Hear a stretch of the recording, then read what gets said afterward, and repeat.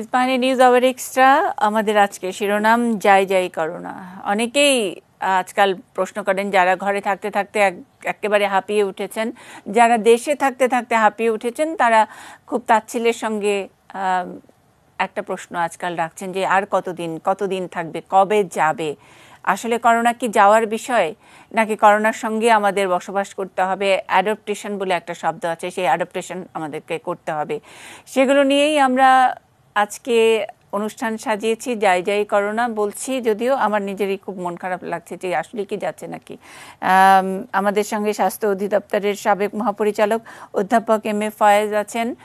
আমরা পেয়েছি Shaheed Suhrawardy medical college হাসপাতালের পরিচালক অধ্যাপক doctor Uttam Kumar বড়ুয়াকে, universal medical কলেজের রিসার্চ প্রধান অধ্যাপক ডক্টর রিদওয়ানুর রহমান আমাদের সঙ্গে আছেন। আমরা পেয়েছি শেখ হাসিনা মেডিকেল কলেজ জামালপুরের মেডিসিন বিভাগের সহকারী অধ্যাপক ডক্টর নাদিম হাসান এবং বাংলাদেশ হেলথ রিপোর্টার্স ফোরামের সাধারণ সম্পাদক রাশেদ রাব্বিকে। আমি সাংবাদিকের তরফ থেকে একটু শুরু করি, রাশেদ রাব্বিকে দিয়ে শুরু করি। রাশেদ, রেগুলারই তো যেতে হয়, হাসপাতালে যেতে হয়। যদি আমি আপনার আজকের আপডেট, আপনার রিপোর্টের আপডেট যদি জানতে চাই, আজকে কি নিয়ে রিপোর্ট করলেন? করোনা যাই যাই করছে এমন কি কিছু ইঙ্গিত পাচ্ছি? ধন্যবাদ দিদি, ধন্যবাদ সকল দর্শককে। এখানে আপনার প্রশ্নের প্রেক্ষিতে যেটা বলবো যে আজকের যে আপডেট আমাদের করোনা পরিস্থিতির দেশে, সেটা যদি দেখি যে আজকেও কিন্তু যে সংক্রমণের হারটা বেরিয়েছে সেটা 21%, এবং 2595 জন আক্রান্ত হয়েছে, এই খবরটা আমরা পেয়েছি। এবং গত 7 দিনের আপডেটটা যদি দেখি, 16 তারিখে ছিল 20%, 15 তারিখে 21%, 14 তারিখে 22%, 13 তারিখে 23% এবং 12 তারিখে 20%। মানে 20 থেকে 23-24-এর ভিতরেই থাকছে, কমার কোনো লক্ষণ কিন্তু এখানে দেখা যাচ্ছে না। প্রথম বিষয়। দ্বিতীয় বিষয়, জানানো হচ্ছে যে হাসপাতালের যে 15,000-এর উপরে শয্যা কোভিড রোগীদের জন্য নির্ধারিত, সেই শয্যার অনেকটাই ফাঁকা রয়ে গেছে। এই শয্যা ফাঁকার সঙ্গে কিন্তু দিদি করোনা যাই যাইয়ের কোনো সম্পর্ক, করোনা যাই যাইয়ের সম্পর্ক নেই। এবং আপনি দেখবেন যে প্রথম যে ডেডিকেটেড দুইটা হসপিটাল, একটা হচ্ছে কুয়েত মৈত্রী, একটা হচ্ছে কুর্মিটোলা। কুর্মিটোলায় কিন্তু কোনো বেড ফাঁকা নেই, কুয়েত মৈত্রীতে সামান্য কিছু বেড ফাঁকা আছে। যেই হসপিটাল গুলোতে পেশেন্ট যাচ্ছে না, যেমন লালকুঠি, ওইখানে কোনো স্বাভাবিক সময়ে কোনো পেশেন্ট যেত এরকম ইনফরমেশন কিন্তু খুব কম। তো রেলওয়ে হসপিটাল অথবা সরকারি কর্মচারী হসপিটাল, এখানে দাদা আছেন, ফয়েজ স্যার আছেন, স্যার যেহেতু অধিদপ্তরে মহাপরিচালক, উনিও জানেন যে ওইসব হাসপাতালে কিন্তু রোগী স্বাভাবিক সময়েও যায় না বা থাকে না। অতএব এই যে শয্যা ফাঁকা, সেটার সঙ্গে আমাদের যে সংক্রমণের হার এবং শনাক্তের হার, এটার সঙ্গে কিন্তু কোনো মিল নেই। এই আপনি যদি ঈদের আগের পরিস্থিতি দেখেন যে 31, 30, 29, 28, তখনও আমাদের রোগী আক্রান্ত প্রতিদিন শনাক্ত হয়েছে। 31 তারিখে ছিল 2772, 30 তারিখে ছিল 2695 এবং 29 তারিখে ছিল 3009। আমাদের কিন্তু ওই ধারাটাই রয়ে গেছে। এবং তখনও কিন্তু 22, 23, 24 এরকম ছিল, এবং 20 থেকে 25-এর ভিতরে। অতএব সংক্রমণ কমছে বা করোনা যাচ্ছে এরকম কোনো স্ট্যাটিস্টিক্স এই মুহূর্তে আমাদের কাছে নেই। আচ্ছা, তার মানে আসলে ইহা পুরোটাই মিডিয়ার সৃষ্টি। এই করোনা যাই যাই করছে, এটা পুরোটাই মিডিয়ার সৃষ্টি? না, সেটা বলাটা ঠিক না, কারণ সরকারের পক্ষ থেকেও কিন্তু বলা হচ্ছে যে, মানে অনেক মিডিয়া দেখলেই তো মানে মনে হচ্ছে, অনেকেই তো হেডলাইন করছেন যে রোগীর চাপ নেই তাই কমছে হাসপাতাল ইত্যাদি নানান কিছু। এখান থেকে এক ধরনের ধারণা মানুষ পাচ্ছে যে এই বোধহয় করোনা চলে গেল, এবং আমাদের লেখার টোনটাও অনেকটা এই রকম। আর তাতেই কি আসলে উদ্বুদ্ধ হয়ে আমাদের মাননীয় স্বাস্থ্যমন্ত্রী এই মন্তব্য করেছেন যে টিকা লাগবে না এবং খুব তাড়াতাড়ি করোনা চলে যাবে? এটা কিন্তু তার একেবারে সর্বশেষ সাম্প্রতিকতম মন্তব্য। একটু শুনে আসি। খুবই আনন্দিত, ইতিমধ্যেই বাংলাদেশের যে কোভিড আক্রান্ত সংখ্যা আপনারা জানেন কমে গেছে, মৃত্যুর হার কমে গেছে, সুস্থতা বেড়ে গেছে। এটা একটা বিরাট অর্জন। ভ্যাকসিন বেশি যদি দেরিও লাগে, আমার কাছে মনে হয় যে হয়তোবা বেশি দিন লাগবে না বাংলাদেশ থেকে কোভিড চলে যাবে। ভ্যাকসিনের প্রয়োজন হবে কিনা জানি না, তা আমরা সবকিছু প্রস্তুত আমরা রেখেছি। সমালোচনাদের কাছে থাকবে, আমরা আমাদের কাজ আমরা করে যাব। আমাদের এই যে মানুষের সেবার যে দায়িত্বটা, সেই দায়িত্ব আমরা পালন করে যাব। অধ্যাপক ডাক্তার হৃদয়ানুর রহমান, সুস্থতা বেড়ে গেছে এবং হয়তো ভ্যাকসিন নাও লাগতে পারে, সমালোচকদের কাছেই থাকবে। এই কথার প্রেক্ষিতে, এই মন্তব্যের প্রেক্ষিতে আমি আপনার কাছে কিছু ব্যাখ্যা এবং মন্তব্য চাই ডাক্তারের এবং একজন রিসার্চারের দৃষ্টিকোণ থেকে। ধন্যবাদ আপনাকে এবং দর্শকদেরকে। এটা হচ্ছে করোনা কমার কোনো চান্স নেই যতদিন পর্যন্ত আমরা হার্ড ইমিউনিটির দিকে না যাচ্ছি। কারণ হচ্ছে কমার জন্য যেসব কর্মপদ্ধতি, লকডাউন, মানে টেস্ট আইসোলেশন, ট্রেস কোয়ারেন্টাইন, এই তিনটার কোনোটাই আমরা করছি না। তাহলে এই বক্তব্যের মানে হলো মাননীয় মন্ত্রী মহোদয় চাচ্ছেন যে আপনারা সবাই তাড়াতাড়ি ইনফেক্টেড হয়ে যান। তাহলে যদি তাড়াতাড়ি যদি হার্ড ইমিউনিটি এসে যায় তাহলে এটা ভালো হবে, এই চিন্তা থেকেই হয়তো উনি আমরা বেঁচে যাই। তাহলে কিন্তু আসলে হচ্ছে হার্ড ইমিউনিটি এভাবে হয় না। কারণ প্যারিস, নিউ ইয়র্ক এবং অন্যান্য জায়গায় যেগুলো আমাদের তথ্য আছে সেখানে হচ্ছে এত বেশি রোগী, যেমন ইয়েতে নিউ ইয়র্কে 40,000 রোগী মারা গেছে, সেখানে কিন্তু মাত্র 19% ইনফেক্টেড হয়েছে। হার্ড ইমিউনিটি হতে গেলে কিন্তু 60% হতে হবে। তাহলে 19% হতে 40,000 মারা গেছে, 60% হতে গেলে কমপক্ষে 3 গুণ এটা মারা যাবে। তাহলে আমাদের দেশে আমরা যেটা দেখতে পাচ্ছি, এটা আমরা সৌভাগ্যবান যে আমাদের মৃত্যু হারটা কম্পারেটিভলি ওয়েস্টার্ন কান্ট্রিগুলোর চেয়ে একটু রিলেটিভলি কম আছে। কিন্তু সংক্রমণ কমছে না, সংক্রমণ কিন্তু চলছেই। কারণ আমরা তো কন্ট্রোল করতে পারছি না, আমি তো জানি না কে সংক্রমিত নয়। তাহলে একজন থেকে একজনের যে সংক্রমণটা সেটা চলছে। তাহলে মাননীয় মন্ত্রী মহোদয়ের, উনি তো মন্ত্রী, আমি কি বলবো, উনি অতীতেও এই পর্যন্ত যেগুলা কথা বলে এসছেন এগুলা সুস্থভাবে চিন্তাধারা নিয়ে, বৈজ্ঞানিক মানসিকতা নিয়ে এগুলা বলার কথা নয়, এরকম কথাই উনি করছেন। স্যার আপনারাই তো বলেন, জি স্যার আপনারাই তো বলেন যে সিম্পটোমেটিক এন্ড অ্যাসিম্পটোমেটিক। হ্যাঁ, সিম্পটোমেটিক যে কয়জন আছে বা যারা আসলে টেস্ট করাচ্ছে তারাও আছে, টেস্টের বাইরেও কিছু আছে, কিন্তু বাকি প্রায় সবাই অ্যাসিম্পটোমেটিক। এবং এই কারণেই আপনারা পরামর্শ দেন আমাদেরকে যে ধরেই নিতে হবে, মানে এই লক্ষণ থাকুক আর না থাকুক, একটু আইসোলেশন, অমুক তমুক, এগুলো বলছেন। তাহলে সেই বিচারে আমাদের আবার 40%, 19%, 20% কি অ্যাসিম্পটোমেটিক যদি হয়, এবং আমাদের তো ওইরকম ভয়ঙ্কর একেবারে যত আক্রান্ত হচ্ছে, যে নিউ ইয়র্কের মতো 19% আক্রান্ত হচ্ছে, তার মধ্যে 40,000 মারা গেছে, তেমনও তো নয়। আমরা ধরেই কেন নিতে পারি না যে আমাদের 60% হয়ে গেছে? মানে এটা কিন্তু সাধারণ মানুষের এখনকার পারসেপশন, যে ভিতরে ভিতরে আমারও হয়তো করোনা হয়ে গেছে এরকম বলেন। আমি একদম ডাক্তারি ব্যাখ্যাটা জানতে চাই আপনার কাছে। এক্স্যাক্টলি, আমরা তো জানি না, এটা আমাদের কোনো তথ্য নেই। জি, তথ্য পেতে গেলে এখন একটা অ্যান্টিবডি সার্ভে ওটা করতে হবে। ওটা করলে তখন আমরা জানতে পারবো যে কি পরিমাণ ইনফেক্টেড হয়েছে। তবে ওটা ঠিক যে মানে যেটা আপনি বলেছেন যে চিকিৎসা তো আইসোলেশন এবং সিমটোমেটিক চিকিৎসা ছাড়া এমন কোনো চিকিৎসার দরকার নেই, বাকি যাদেরকে হাসপাতালে যেতে হয় ওরা ছাড়া। এই জন্য মারাত্মক রোগী কিন্তু আমাদের কম হচ্ছে কম্পারেটিভ টু ওয়েস্টার্ন কান্ট্রিজ, যেটা আমরা অবশ্যই বলতে পারি যে একটা জিওমেট্রিক প্রোগ্রেশন আমরা যেটা জেনে এসেছি, যেটাতে জিওমেট্রিক প্রোগ্রেশনে রোগী বাড়তে থাকবে। রোগী বাড়ছে কিনা আমাদের জানা নেই, কিন্তু মৃত্যু কিন্তু জিওমেট্রিক প্রোগ্রেশনে ওইভাবে বাড়ছে না, এটা আমরা বলতে পারি। আচ্ছা, এই জন্য আমাদের সিস্টেমটা হচ্ছে আমরা তো ছেড়ে দিয়েছি, চলতে থাকুক। যতদিন ভ্যাকসিন না আসে এটার কোনো শেষ নেই। এই জন্য আমি বলি যে এরকম মিস ইনফরমেশন গুলা chief of the epidemic control যদি মানুষকে দেয়, এটা কিন্তু রোগ কন্ট্রোল করার জন্য ভালো নয়, এটা আমরা বলতে পারি। জি, আপনারা রিসার্চাররা এই যোগ্যতা রাখেন, আপনারাই এটা বলার জন্য একদম ঠিক মানুষ যে এরকম এপিডেমিকের মধ্যে মিস ইনফরমেশন মাননীয় মন্ত্রী হন আর যেই হন দিতে পারেন কিনা। কিন্তু এই ইনফরমেশনের জাস্টিফাই করতে গেলে তো, এই ইনফরমেশনকে জাস্টিফাই করতে হলে তো আসলে অ্যান্টিবডি সার্ভে লাগবে। তা হতেও তো পারে সার্ভে শুরু হয়ে গেলে, সার্ভে করা হলে হয়তো মাননীয় স্বাস্থ্যমন্ত্রীর কথাটা সত্যও হতে পারে, করোনা আসবে না, করোনা চলে যাবে।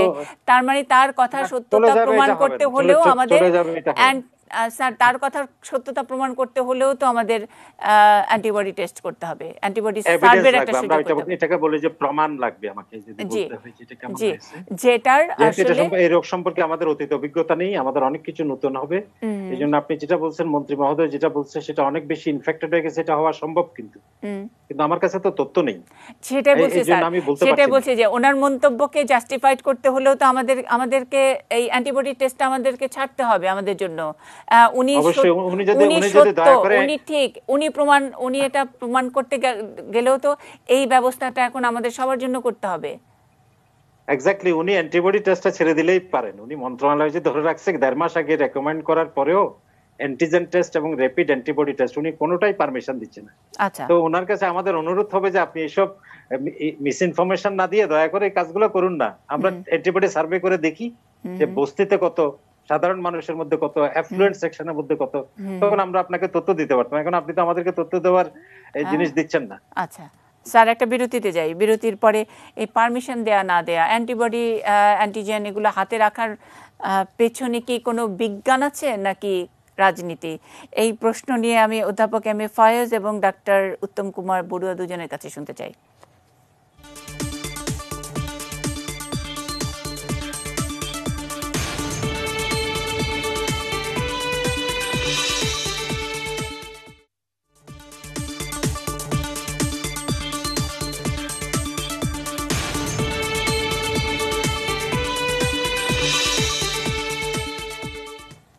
ইস্পাহানি নিউজ আওয়ার এক্সট্রা যাই যাই করোনা, একটা প্রশ্নবোধক রেখেছি কারণ আমরা এই প্রশ্নবোধকেরই একটা ভালো উত্তর পেতে চাই। এই অনুষ্ঠান শেষ হবার পরে আমাদের সঙ্গে যারা আছেন তারা এই বিষয় নিয়ে বিস্তারিত আলোচনা করবেন এই অনুষ্ঠানে। বিরতিতে যাবার আগে আমার প্রশ্ন ছিল যে আসলে এই অ্যান্টিবডি অ্যান্টিজেন টেস্ট সেটা করতে না দেওয়া, বন্ধ করে রাখা, আটকে রাখা, এটা কতটা বিজ্ঞান কতটা রাজনীতি?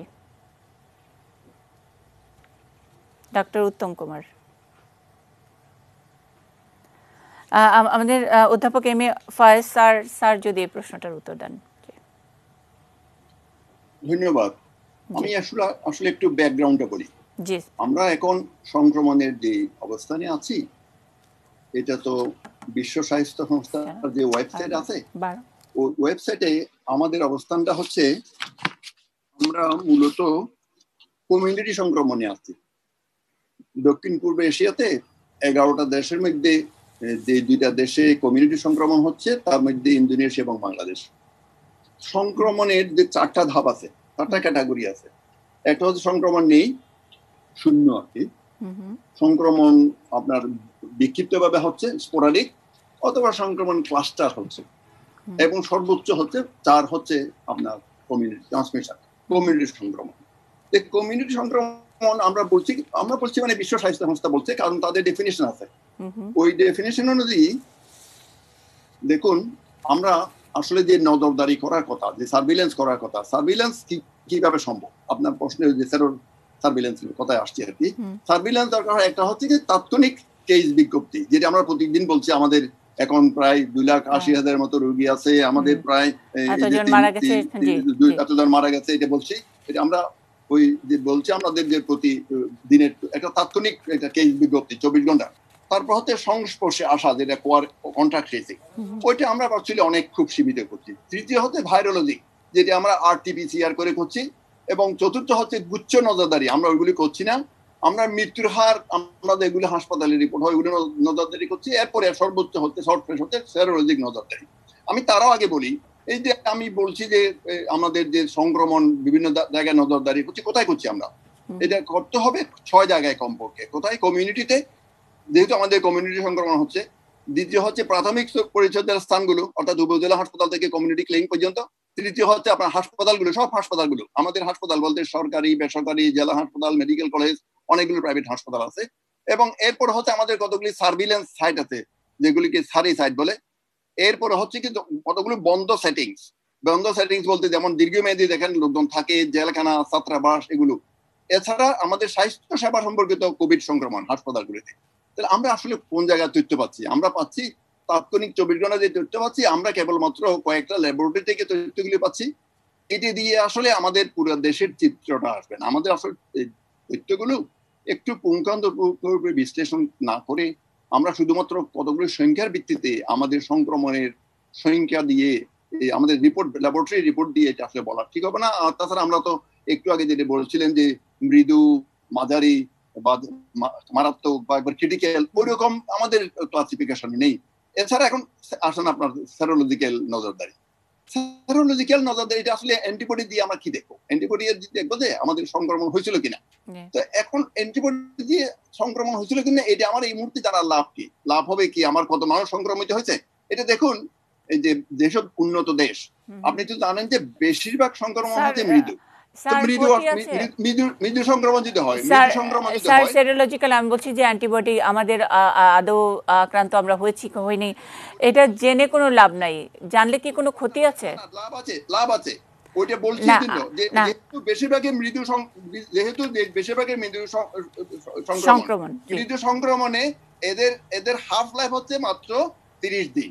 কাজে আপনি যদি 2 মাস পরে দেখেন তাহলে তাদের তো অ্যান্টিবডি পজিটিভ নাও থাকতে পারে। তাহলে কি আপনি বলতে পারবেন তাদের মৃদু সংক্রমণ হয়নি? এটা বলা যাবে না। কাজে এক সময় বলতে হবে যদি অ্যান্টিবডি টাইটার যদি দেখা যায় এবং আমাদের যে অথরিটি DGDA উনারা এটা অনুমতি দেন, উনারা কোন ধরনের টেস্টকে অনুমতি দেবেন এটা ওনারা অলরেডি সিদ্ধান্ত নিয়েছে। এটা সরকারি ভাবে যখন কেউ যদি অ্যাপ্লাই করে তাহলে ওনারা দেখবেন ওই যে ওনাদের যে FDA বা ইউরোপিয়ান ইউনিয়নের যে অ্যান্টিবডি টেস্টগুলো যদি থাকে তাহলে অ্যান্টিবডি আসলে পরে যেটা সুবিধা হবে, যেমন আমাদের যারা সংক্রমিত হয়ে গেছে তারা আসলে নির্দ্বিধায় কাজে যেতে পারবে। এটা একটা খুব গুরুত্বপূর্ণ। এবং কতজন সংক্রমণ হয়েছে আমি জানি বর্তমানে একটা USAIDর একটা প্রকল্পে এই যে IEDCR এবং ICDRB উনারা সেরোলজিক্যাল সার্ভেইলেন্স করছেন। ওটা আমরা শীঘ্রই জানতে পারবো আমাদের কিরকম ওনাদের হার। তবে এটা দিয়ে কিন্তু সাংঘাতিকভাবে আমাদের আশ্বস্ত করতে পারবে না। এই জন্য যেহেতু বেশিরভাগ মৃদু সংক্রমণ এখানে অ্যান্টিবডির পজিটিভ হয়ে আবার নেগেটিভ হয়ে যেতে পারে। কারণ এটার উপরে সাংঘাতিকভাবে আমাদের নির্ভরশীল হতে পারে। সবচেয়ে গুরুত্বপূর্ণ হলো সেরোলজি টেস্ট দিয়ে, পরীক্ষা দিয়ে আমরা বর্তমানে রোগ আছে কিনা এটা বলা যাবে না, এটা বলতে পারবো না। ওই অ্যান্টিজেন বেস টেস্ট যদি আসে এটা আসলে খুব ভালো। যদি এটা যদি সেনসিটিভ টেস্ট হয় তাহলে এটা এখন আমাদের RT-PCR টেস্ট করতে 24 ঘন্টার টেস্ট আমরা রিপোর্ট পেতে 2-3 দিন লেগে যাচ্ছে, আরো বেশি লাগতে পারে। কিন্তু এই ক্ষেত্রে যদি অ্যান্টিজেন বেস টেস্ট আসে, এটার যদি সেনসিটিভিটি ভালো থাকে তাহলে এটা কিন্তু পয়েন্ট অফ কেয়ার টেস্ট বলে অনেক দেশে ওরা করার চেষ্টা করছে। কিন্তু দুঃখজনক হচ্ছে ওয়ার্ল্ড হেলথ অর্গানাইজেশন, বিশ্ব স্বাস্থ্য সংস্থা এখনো রিকমেন্ড করছে না যে অ্যান্টিবডি বেস টেস্ট বলি বা আমাদের অ্যান্টিজেন বেস টেস্ট দিয়ে ডায়াগনোসিস করার জন্য বলছে না। আমাদের যেহেতু আমাদের অনেকের সম্পদের সীমাবদ্ধতা আছে, যে সম্পদ যাই আছে ওগুলিকে আমাদের খুব বিজ্ঞতার সাথে ব্যবহার করা দরকার। ওই জন্য বর্তমানে আমাদের নির্ভর করা দরকার এই যে RT-PCR বেস টেস্টের উপরে। এবং এটা শুধু টেস্ট দিয়ে শুধু রোগ নির্ণয় করতে হবে তা নয়, আমাদের যদি উপসর্গ ভিত্তিক কিন্তু রোগ নির্ণয় করা যাবে। স্যার এই বর্তমানে যে মানে আপনি সম্পদের সীমাবদ্ধতা ইত্যাদি এগুলো তো জানি, আমরা সকলেই জানি। এতদিনে এই করোনা নিয়ে প্রতিদিন আমরা যখন কথা বলছি আমাদের সকলেরই মুখস্থ হয়ে গেছে। এখন যদি আমরা এই যে সীমাবদ্ধ সম্পদ আছে সেই সম্পদের মধ্যেই, সেই সীমাবদ্ধতার মধ্যে আমাদের টেস্ট অ্যান্টিজেন অ্যান্টিবডি টেস্টটুকু রাখি তাহলে আসলে 7 বছর লাগবে সব শেষ হতে হতে। 7 বছরে তো আরও অনেক লোকজন আরও 100 বার 100টা ভাইরাস নিয়েও আক্রান্ত হতে পারে, আবার নাও হতে পারে, আবার অন্য কিছু হয়ে যেতে পারে। তো সেক্ষেত্রে আমরা যে চলে যাওয়ার ব্যাপারটা তো আর থাকছে না। মানে চলে যাওয়া আসলেই করোনা যাই করছে কি যা থাকি করছে সেটা বোঝার জন্য তো বুঝতে হবে, যেটা আমাদের রেদওয়ান স্যার আমাদেরকে ইঙ্গিত দিলেন যে এটা হার্ড ইমিউনিটির কথাই ইঙ্গিত করেছেন, যাতে নাকি আমরা নিউ নর্মালে যেতে পারি, নতুন স্বাভাবিকতায় যেতে পারি। জি আসলে যদি আপনার এই যে COVID-19 যদি চলে যায় আমরা খুব খুশি হব, খুব দ্রুত চলে গেলে আরো খুশি হব। কিন্তু প্রেক্ষাপট হচ্ছে স্যার যাবে কেমনে? স্যার যখন নাকি চলে যাওয়া না যাওয়া বলি তখন স্বাভাবিক প্রশ্ন, বোকা মানুষের প্রশ্ন যে যাবে কেমনে স্যার? চলে যাওয়ার জন্য আসলে এখানে প্রত্যেক মানুষকেই এটার ভূমিকা রাখতে হবে। কেন রাখতে হবে বলি, কারণ এই ভাইরাসটা তো আসলে চলে যাচ্ছে না, এই ভাইরাসটা তো আমাদেরকে খুঁজতেছে। আমাদের খুঁজতে খুঁজতে আমাদের পেয়েছে মাত্র 2,80,000। এখন আরো তো আপনার 16 কোটি আরো 45 লাখ মানুষ এখনো সংক্রমিত হয়নি। তাদের এই সবগুলি কি সংক্রমণ হয়ে আমরা অপেক্ষা করবো? না, সবগুলি সংক্রমণ হয়ে অপেক্ষা করার দরকার নেই। ইতিমধ্যে আমরা তো রোগীগুলি শনাক্তকরণ করছি, আমরা মনে করি এটা জোরদার করা দরকার। এখনো যেই রোগীকে আমরা শনাক্ত করি না কেন, ওদেরকে তো আমাদের আইসোলেশন করতে হবে, কারণ ও তো অন্যদিকে ছড়াবে। এবং আমরা তো মনে করেন রোগ স্যার একদমই সাধারণ মানুষের প্রশ্ন, আমরা যদি আইসোলেশন, লুকিয়ে থাকা ইত্যাদি সবকিছু করি তাইলে কি মানে কখনোই মানে লুকিয়ে থেকে থেকে আমরা ভাইরাস থেকে বাঁচতে পারবো? ওকে, ভাইরাস চলে যাবে কেমনে তাইলে? ভাইরাস কি তাহলে অন্যদিকে হাঁটা দিবে? মানে মানে ব্যাপারটা অনেকটা বাঘের মতো বা কোনো জন্তু জানোয়ারের মতো, যে আমি ঘরেই থাকলাম ভাইরাস রাগ করে চলে যাবে। একদিকে আমাদেরকে এই যে আমরা যদি অ্যাক্টিভলি সক্রিয়ভাবে যদি আমরা আইসোলেশন, প্রত্যেকটা রোগীকে কিন্তু আমরা যদি আইসোলেশন এবং প্রত্যেকটা রোগীর সাথে কন্টাক্ট আমার কথাটা শুনতে হবে, নাহলে একদম পরিষ্কার হবে না। আপনি অনেকবার শুনেছেন, তারপরে আমি যেহেতু বলছি আমারটাও শুনতে হবে। তাহলে হবে কি আমাদের রোগীগুলো কমে আসবে, রোগী একদিকে কমে আসবে, আর একদিকে যাদের সংক্রমণ হয়নি, যখন আমাদের নিরাপদ এবং কার্যকর ভ্যাকসিন আসবে, তখন যদি আমরা ভ্যাকসিন দিতে পারি তাহলে ওদেরকে প্রতিরোধ করতে পারি। আর এটা মনে করার কোনো কারণ নাই আমাদের একেবারে সংক্রমণ হতে স্যার আমি পরিষ্কার হবে। তারপরে আমি পরিষ্কার, আপনি বলেছেন আইসোলেশনের, জি স্যার আমি পরিষ্কার, আপনি বলেছেন রোগী কমে আসবে, তাহলে আমার এখন হাসপাতালের পরিসংখ্যান তো বলছে রোগী নাই, 70% বেড খালি আছে, তাহলে কি আমরা বলতে পারবো করোনা চলে গেছে? প্রশ্ন থাকলেও আপনি উত্তর দেবেন ডক্টর উত্তম কুমার বড়ুয়া। যে কথা আপনি শুনছিলেন অধ্যাপক এম এ ফয়েজ বলছিলেন যে আমরা আইসোলেশনে থাকলে, আমরা নিয়ম মানলে অবশ্যই রোগীর সংখ্যা কমে যাবে এবং তাতে আমরা বুঝতে পারবো যে করোনাটা আস্তে আস্তে চলে যাচ্ছে। এখনো তো স্ট্যাটিস্টিক্স তাই বলছে। হাসপাতালে 2 মাস আগেও যেই রোগীর ভিড় ছিল, যেই আপনাদের উপরে চাপ ছিল, এখন কোভিড হাসপাতালগুলোও তো অনেকাংশেই বেডগুলো খালি। তার মানে কি করোনা যাই করোনা গুড বাই? ধন্যবাদ। আসলে এখন বাংলাদেশে যেটি অবস্থা করছে, আমাদের যে পিকটা এখন আমাদের বাংলাদেশে চলছে, তা আমরা যদি জুনের লাস্ট থেকে শুরু করি, লাস্টে আরো বেশি আক্রান্ত ছিল, মৃতের সংখ্যা ছিল জুনের 30 তারিখ পর্যন্ত। জুলাই আগস্টে এসে তার একটি মাত্রা কমে এসে একটা স্থিতি অবস্থায় আছে। এতে এখনো বলার সুযোগ হয় নাই আমরা একেবারে ভালো হয়ে গেছি বা কমা শুরু হয়েছে, একটি স্থিতি অবস্থা। তবে জুনের 30 তারিখ থেকে জুলাই আগস্টে আমাদের অনেক কমেছে। তো এখন যে জিনিসটা আসছে, আমাদের যে প্রশ্নগুলো আসছে, পিসিআর টেস্ট কমছে কেন, কি কারণে পিসিআর টেস্ট কমলো, ওই সংখ্যাটা কেমন, এবং আক্রান্তের সংখ্যা, মৃতের সংখ্যা, রেটের পার্সেন্টেজ, আবার আমাদের শয্যা সংখ্যা খালি, সবকিছু মিলে মনে হচ্ছে আমাদের আক্রান্তের সংখ্যা কমেছে। আমি এটির পক্ষে 2-3টি কথা বলতে চাই। আমরা ঈদের পরে, কোরবানি ঈদের পরে আমরা ভেবেছিলাম আক্রান্তের সংখ্যা আরো বাড়বে, সেটি কিন্তু ভুল প্রমাণিত হয়েছে। আর দ্বিতীয় হলো, আমরা স্বাস্থ্য সুরক্ষার কথা সবসময় বলে আসছি, আপনারাও বলে আসছেন, আমরাও বলে আসছি, স্বাস্থ্য সুরক্ষা সবাই সঠিকভাবে মানছে না। এখন আমরা যত্রতত্র সকল জায়গায় আমরা জীবিকা বা আমরা যেখানে সেখানে আমরা ঘুরছি, এবং গ্রামে গঞ্জে যেটা আমরা এবং দেখেছি, এবং অন্যান্য উপশহরগুলোতে কেউ আমরা সুরক্ষা মানছি না। তো সেই দিক থেকে আমি মনে করি আমাদের হলো এই যে সুরক্ষা না মানা এবং যত্রতত্র ঘোরাফেরায় আরো কিন্তু আমাদের আক্রান্তের সংখ্যা বাড়ার কথা ছিল। সেদিক থেকে কিন্তু আমরা সেই আক্রান্তের সংখ্যায় সেই অনুপাতে কিন্তু বাড়েনি। তো সেই দিক থেকে বলা যায় একটি স্থিতি অবস্থা, এবং জুন মাস থেকে জুলাই আগস্টের সংখ্যা অনেকটা কমেছে। আর যেটি বলেছেন আপনি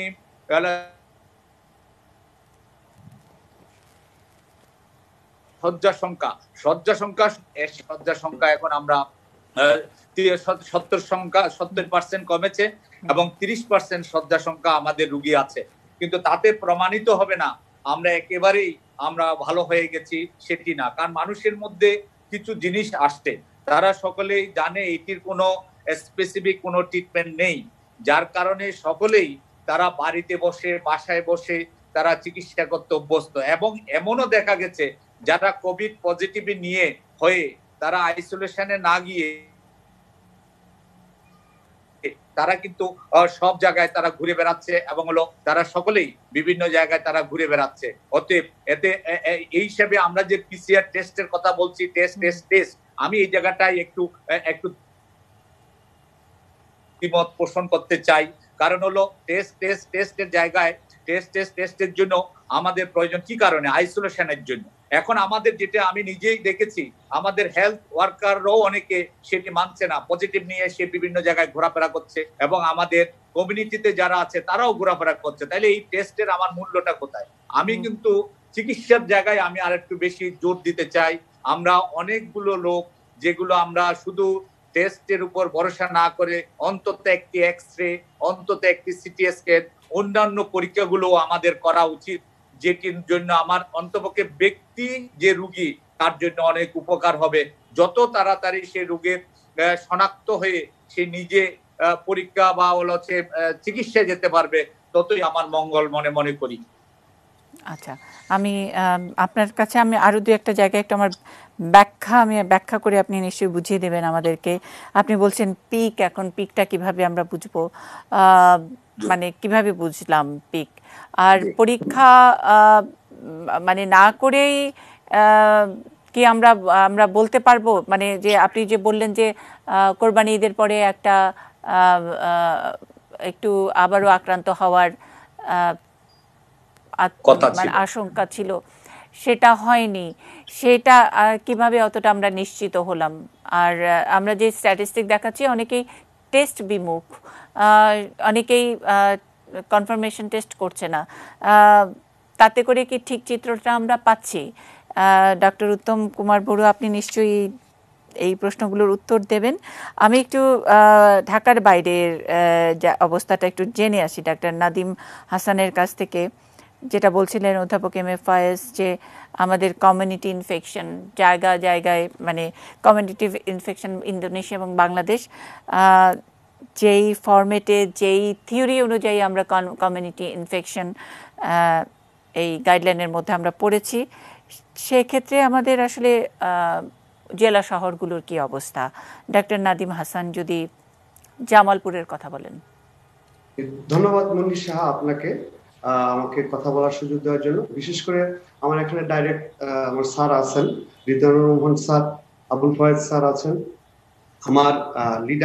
আমাদের leader doctor Uttam Kumar sir আছেন। আমি আসলে দীর্ঘদিন ধরে আমি জামালপুর শেরপুরে আছি যে মেডিসিন বিশেষজ্ঞ হিসেবে। তো আমি আমার এই কমিউনিটির কথাই বলবো। আমি খুব মনোযোগ দিয়ে রিদওয়ান স্যার, আবুল ফয়েজ স্যার এবং উত্তম কুমার স্যারের কথাগুলো শুনছিলাম এবং আপনার প্রশ্নগুলো শুনছিলাম।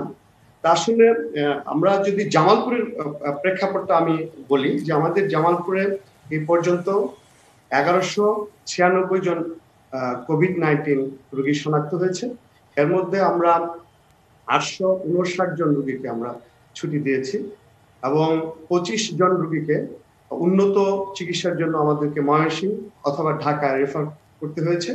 19 জন মারা গেছেন এবং এখন আমাদের আইসোলেশন সেন্টার যেটা আছে শেখ হাসিনা মেডিকেল কলেজ হাসপাতালে, সেখানে 9 জন রোগী ভর্তি আছে। তো আমি যে কথাটা বলতে চাচ্ছি যে আসলে এখন যে প্রশ্নটা আছে যে করোনা যায় আসলে কি করোনা চলে যাচ্ছে? আমি যদি এই পেরিফেরির কথা বলি, জামালপুর শেরপুরের কথা বলি, এখানে বলতে হয়, এটা আমার ধারণা, আমরা প্রতিদিন আউটডোরে রোগী দেখছি বা আমরা প্রাইভেট চেম্বারে রোগী দেখছি। এখানে কিন্তু আমরা সাসপেক্টেড কোভিড-19 এর রোগী অনেক বেশি আমরা পাচ্ছি। বিশেষ করে বেশিরভাগ রোগীরাই কিন্তু ইনফ্লুয়েঞ্জা লাইক ইলনেস নিয়ে আসছে। এবং সবচেয়ে সমস্যার বিষয় যেটা হচ্ছে, আমরা রোগীদেরকে পরামর্শ দিচ্ছি যে আপনারা টেস্ট করুন RT-PCR, কিন্তু অনেক ক্ষেত্রে যারা একটু সচেতন গ্রামের লোকজন, তারা কিন্তু বেশিরভাগ ক্ষেত্রে টেস্ট করাচ্ছে না। এটা হয়তো তার ভয়ের জন্য হোক বা সামাজিক স্টিগম্যাটার জন্য হোক বা অর্থনৈতিক কারণে হোক, তারা এই টেস্টগুলো করাচ্ছে না। বাট যারা একটু সচেতন তারা কিন্তু টেস্ট করাচ্ছে। এবং আমি আপনাকে বলি, জামালপুরে শেখ হাসিনা মেডিকেল কলেজ হাসপাতালে এখানে RT-PCR হয়। এখানে অ্যারাউন্ড আমরা প্রতিদিন 100 মতো টেস্ট হয় এবং প্রতিদিনই গড়ে কারণ 20 জন রোগী শনাক্ত কিন্তু হচ্ছে। অর্থাৎ সারা বাংলাদেশের যে চিত্র আমাদের পেরিফেরিতে কিন্তু একই চিত্র, কিন্তু সমস্যা যেটা হচ্ছে অনেক মানে বেশিরভাগ রোগী যারা ইনফ্লুয়েঞ্জা লাইক ইলনেস নিয়ে হচ্ছে তারা কিন্তু টেস্টের আওতায় আসছে না। ফলে আমরা এখন কিন্তু বলতে পারছি না যে আমাদের এই করোনার আক্রান্ত রোগীর সংখ্যা কমে যাচ্ছে। আমি মনে করি যে একটা বিশাল অংশ, বিশেষ করে আমি যদি ঈদের আগে এবং ঈদের পরের কথা বলি, ঈদের আগে আমরা আউটডোরে এবং চেম্বার গুলোতে এজ এ ক্লিনিশিয়ান হিসেবে আমি যদি বলি, তাহলে আমরা কিন্তু সাসপেক্টেড কোভিড-19 এর রোগী কিন্তু আমরা অনেক কম পেতাম, কিন্তু এখন আমরা অনেক বেশি পাচ্ছি। এবং এখানে যদিও আমরা অ্যাভেলেবল সিটি স্ক্যান করতে পারছি না, কিন্তু আমরা চেস্ট এক্সরে অ্যাভেলেবল, আমরা চেস্ট এক্সরে কিন্তু অনেক কনসলিডেশনের মানে যারা সাসপেক্টেড কোভিড এর রোগী আসছে। এবং আমি আরেকটা জিনিস এখানে বলতে চাচ্ছি, এখানে আমাদের রিদওয়ান স্যার আছেন এবং আবুল ফয়েজ স্যার আছেন, এনারা বলতে পারবেন যে দেখা যাচ্ছে যে আমরা তো বলছি যে হাঁচি কাশির মাধ্যমে এই রোগটা ছড়াচ্ছে, কিন্তু আমরা অ্যাফ্লুয়েন্ট সোসাইটির কিছু পেশেন্ট পাচ্ছি যারা হয়তো করোনা সংক্রমণের শুরু থেকে অদ্যাবধি পর্যন্ত তারা কিন্তু সামাজিক দূরত্ব বলেন, ব্যক্তিগত সুরক্ষা বলেন, তারা কিন্তু মেনটেন করছে। কিন্তু সর্বোচ্চ মেনটেন করার পরেও কিছু কিছু সংখ্যক রোগী কিন্তু আমরা পাচ্ছি যে যারা কোভিড আক্রান্ত হচ্ছে। আবার অন্যদিকে তার বিপরীত চিত্র আছে, যারা কমিউনিটিতে হয়তো সামাজিক দূরত্ব মানছেন না, মাস্ক পরিধান করছেন না, তাদের মধ্যে আমরা সাসপেক্টেড কোভিড যেমন পাচ্ছি, আবার কোভিড পাচ্ছি না। সুতরাং এখানে একটা থিওরিটিক্যাল প্রশ্ন উঠতে পারে যে করোনা কি আরো অন্য কোনো উপায়ে স্প্রেড করে, যেটা আমাদের রিদওয়ান স্যার, আবুল ফয়েজ স্যার এবং উত্তম কুমার স্যার আছেন, ওনারা আরো ভালো বলতে পারবেন। তবে আমি কমিউনিটির কথা এটা বলতে পারি যে আসলে এখন পর্যন্ত করোনা যায় এটা বলা যাবে না। আচ্ছা, আমরা শুনবো জামালপুর এবং জেলা শহরগুলোর আরো অন্যান্য অবস্থা। রাশেদ রাব্বি এখানে যোগ করবেন কিনা? রাশেদ রাব্বি। আমি যে বিষয়টি বলতে চাই সেটি হচ্ছে যে ফয়েজ স্যার বিষয়টি উল্লেখ করেছেন যে আইডিসিআর এবং আইসিডিডিআরবি একটি গবেষণা করছে। গবেষণার একটি প্রাথমিক ফলাফল ইতিমধ্যে আমরা জানতে পেরেছি। তারা ঢাকা শহরের 6টি স্লাম এরিয়া এবং নন স্লাম এরিয়ায় টেস্ট কেস হিসেবে দেখেছেন পরীক্ষা করে যে কত ভাগ পাওয়া যায়। তো সেই পরীক্ষার ফলাফলটি এরকম ছিল যে 9% পজিটিভ পাওয়া গেছে, যারা ইতিপূর্বে কখনো কোনো পরীক্ষা করেননি, তাদের পরীক্ষা করে 9% পাওয়া গেছে। আপনি এই পরিসংখ্যানটা যদি একটু খেয়াল করেন, ঢাকা শহরে যদি আমরা সামগ্রিকভাবে চিন্তা করি, 9% মানে হচ্ছে যদি 2 কোটি মানুষ থাকে তাহলে 18 লক্ষ মানুষ পজিটিভ।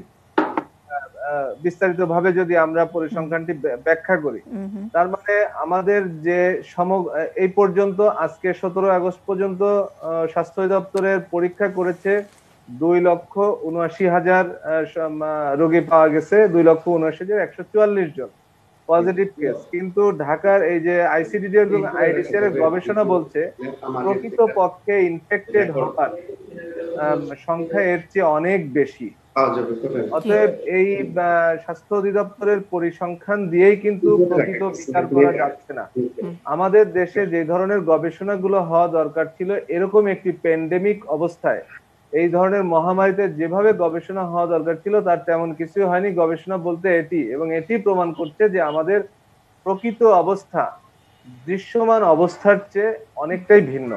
আচ্ছা, মানে সেই ভিন্ন অবস্থাটা কি মানে আমাদের ভয় পাওয়ার মতো, নাকি আমরা ওই যে যেটা বলছেন যে ওই করোনা যাই অর্থাৎ হয়ে গেছে, ভেতরে হয়ে গেছে, আমরা ঠিকঠাক আছি, মারা তো যায় নাই, এবং ওভাবেই হয়তো আস্তে আস্তে সরে যাবে, মিডিয়া থেকেও সরে যাবে এবং করোনা চলেও যাবে? বিষয়টা অনেকটা ওরকমই, কারণ যেহেতু আমাদের মৃত্যুর হার কম, এই কারণে আতঙ্কের যে পরিবেশটা প্রাথমিক অবস্থায় ছিল সেটিও কিন্তু অনেকটা স্বাভাবিক হয়ে এসেছে। যেটা যে বিষয়টি উত্তম দাও বলেছেন এবং নাদিম সাহেব উনিও বলেছেন, তো প্রাথমিক অবস্থায় আমরা বা আমাদের সাধারণ মানুষ যেভাবে আতঙ্কগ্রস্ত হয়ে পড়েছিল, এখন ওই পরিস্থিতি নেই। ফলে এই যে নিউ নরমাল সিচুয়েশন যেটাকে বলা হচ্ছে, এই পরিস্থিতিতে মানুষ অনেকটা স্বাভাবিক জীবনযাপন করার সাহস জুগিয়েছে। এই পরিস্থিতি ব্যাখ্যা করে বলা যায় যে একটা যাই অবস্থা, কিন্তু প্রকৃতপক্ষে অবস্থাটা যাই নয়। ওকে, প্রকৃতপক্ষে অবস্থাটা যাই নয়। তো সেক্ষেত্রে আমাদের আসলে করণীয় কি? আসলে যাই নয়, কিন্তু একটা যাই আবহ তৈরি হয়েছে এবং সেটার উপরেই অন্তত ধারণা করে হয়তো আমাদের স্বাস্থ্যমন্ত্রী এরকমই বলেছেন, আমাদেরকে একটু আশ্বস্ত করার চেষ্টা করেছেন। কিন্তু যারা দায়িত্বে থাকেন তারা কি আর এরকম মানে নন মেডিকেল কোনো ব্যাখ্যা দিয়ে আশ্বস্ত করা কি ঠিক হচ্ছে কিনা, সেটাও আমি অধ্যাপক ডক্টর রিদাউনুর রহমানের কাছ থেকে আরো একবার একটু শুনে নিতে চাই।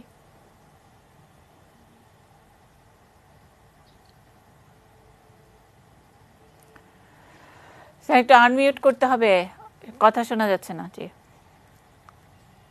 আমাদের যারা ইভেন টেকনিক্যাল কমিটিতে আছে ওদেরকে বুঝাইতে অনেক কষ্ট হয়েছে। সেটা হচ্ছে যে করোনা টেস্ট করার জন্য কিন্তু আমাদের টেস্টের দরকার নেই, করোনা চিকিৎসা করার জন্য কোনো টেস্টের দরকার নেই। চিকিৎসা আমরা এখনো করছি, অতীতেও করেছি, ভবিষ্যতেও করব। আমাদের টেস্ট দরকার হচ্ছে ফর এক্সাম্পল যেমন মনে করেন যারা নন কোভিড, ওরা শুরু থেকে এই পর্যন্ত সাফার করছে, এখনো সাফার করছে।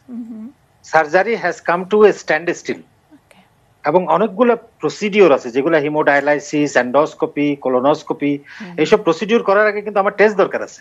এটা কিন্তু কখনোই পিসিআর দিয়ে আমরা সমাধান করতে পারবো। পিসিআর এর ম্যাক্সিমাম ক্যাপাসিটি আমরা রিচ করে গেছি, এটা বাড়লে হয়তো 20,000 পর্যন্ত হতে পারে। এবং টেস্টের এই করার জন্য এই জন্য আমাদেরকে নন কোভিড রোগীদেরকে বেস্ট ট্রিটমেন্ট দেওয়ার জন্য উই নিড র্যাপিড টেস্ট।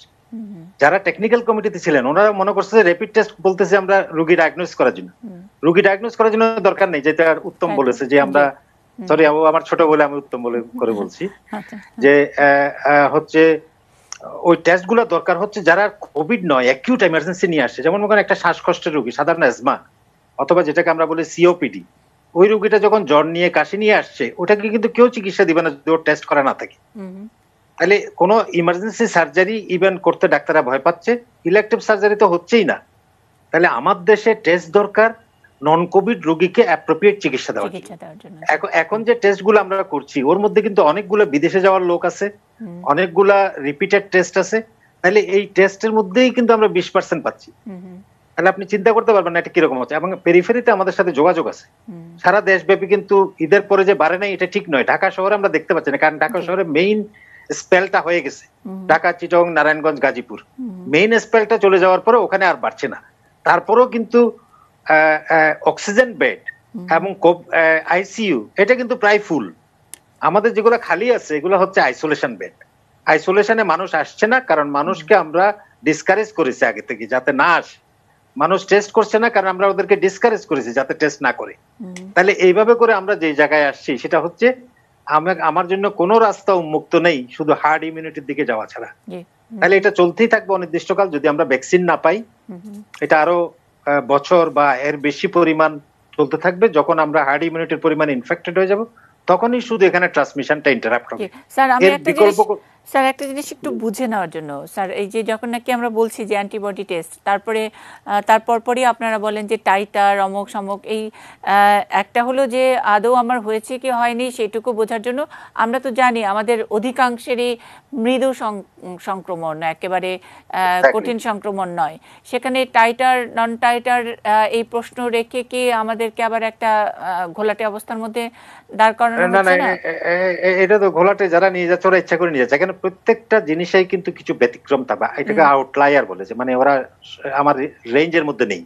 ওইটাকে এস্টিমেট করার জন্য একটা পদ্ধতি আছে প্রত্যেকটা জায়গায়। জন্য আমরা সায়েন্সে বলি যে এমন কোন সমস্যা নেই যেটার কোনো সমাধান নেই। তাহলে প্রত্যেকটা জায়গায় কিন্তু একটা সমাধান আছে, আমাদেরকে বিকল্প পথে যেতে হবে। এই জন্য অ্যান্টিবডি টেস্ট মনে করেন যে এটা WHO বলছে না, কিন্তু এটা আমাদের রোগীগুলো যখন 10 দিন 12 দিনে আসছে ওখানে কিন্তু প্রায় অর্ধেক রোগীর অ্যান্টিবডি পজিটিভ হবে। তাহলে এই জিনিসগুলো আমার দেশটা আমেরিকা নয়, আমার দেশটা অন্য কিছু নয়। WHO জিনিসগুলাকে হাদিস হিসাবে ধরে থাকলে হবে না।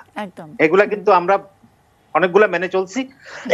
আবার যে চিকিৎসা দিচ্ছি এগুলো একটাও কিন্তু, যেমন রেমডেসিভির অ্যান্টিভাইরাল ওষুধ দিচ্ছে এটা কিন্তু WHO রিকমেন্ড করে না। স্টেরয়েড দিচ্ছি সেটাও প্রথমে WHO রিকমেন্ড করে না, এখন আসছে ওরা রিকমেন্ড করতেছে।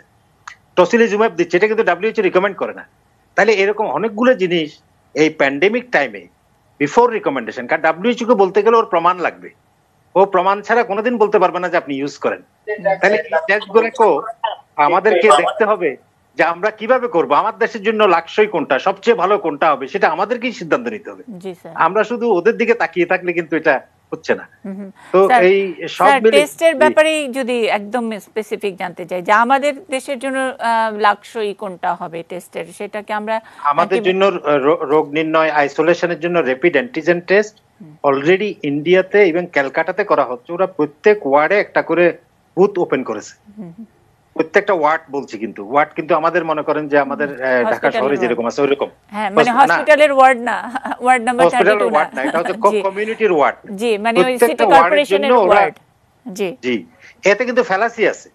মনে করেন ফ্যালাসি হলো যে এটা 50 60 70% সেনসিটিভিটি, তার মানে হচ্ছে আমি 30% ডায়াগনোজ করতে পারতেছি না, কিন্তু এখন তো 0% ডায়াগনোজ করছি।